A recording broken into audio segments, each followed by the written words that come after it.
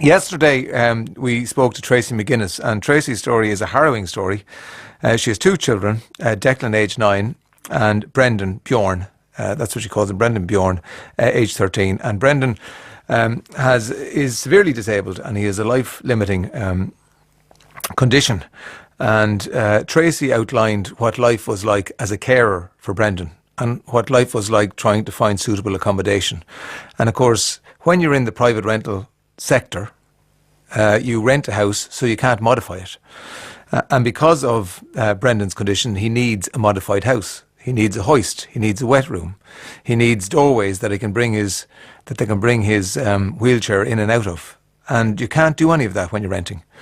And then if you're a carer, you can't get a mortgage because they won't give you a mortgage because you're on social welfare. And it's just... and there was loads of other stuff that we didn't talk about yesterday that Tracy is living through. And then Lisa and I walked her out to her little little van, I suppose. It's not a minibus, a van, which is oh 07.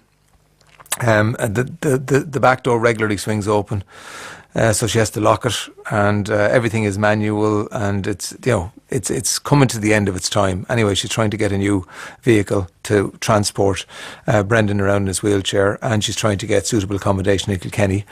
And as we talked there, she was loading Brendan up into the little van, and then she was heading off to Temple Street for some sort of test, and she'd never been there before, and I just felt so sorry for her. Heading off from RTE, not knowing where she was going, having to go back down to Kildare then, and finding somebody to mind Declan, the 9-year-old, and all of that, and fighting against the state as well, fighting against the state.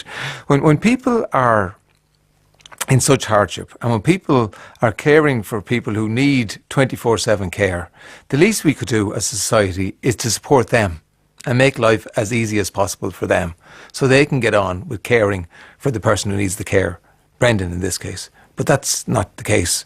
It seemed like the state, the local government, whatever, were putting obstacle after obstacle in Tracy's way.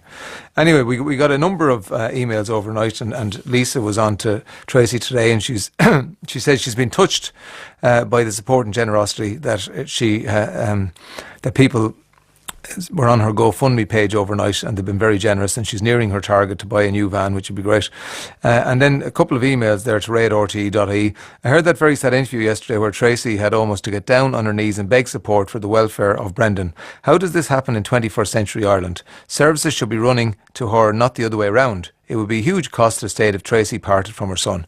I heard that one person offered 1,000 towards a house that was available for 180, it was 199 actually, and would be suitable for Brendan's needs. I can offer to be the second person, which is very generous of you. In the event this is not possible, I will put the money towards the necessary vehicle, and I note this fund stands at 16k and now, so only 4k to stand. That's Maura there. And Maura's been on her Twitter, and she's been getting the story about Tracy out there, Tracy and Brendan, and hoping that other people will follow suit and support the fundraising page, GoFundMe. And Paddy's been on. I rarely contact RTE, but was totally absorbed by your interview yesterday with Tracy, mother of Brendan Bjorn.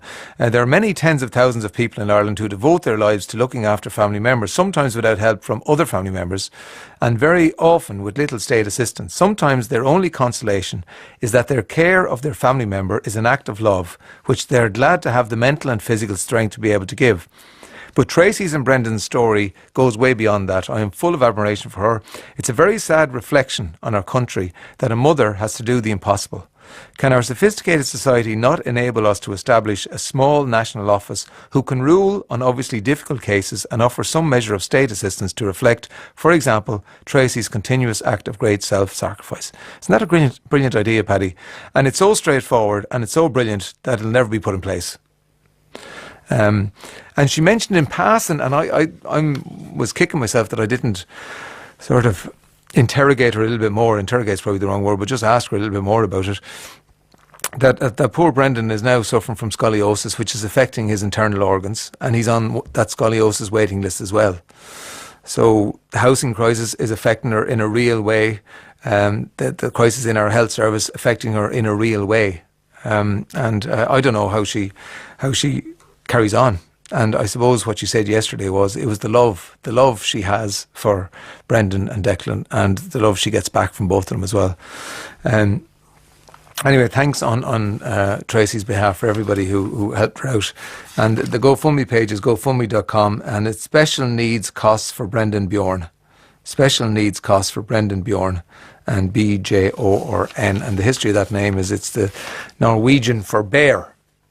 And I think Tracy's grandmother was from Norway.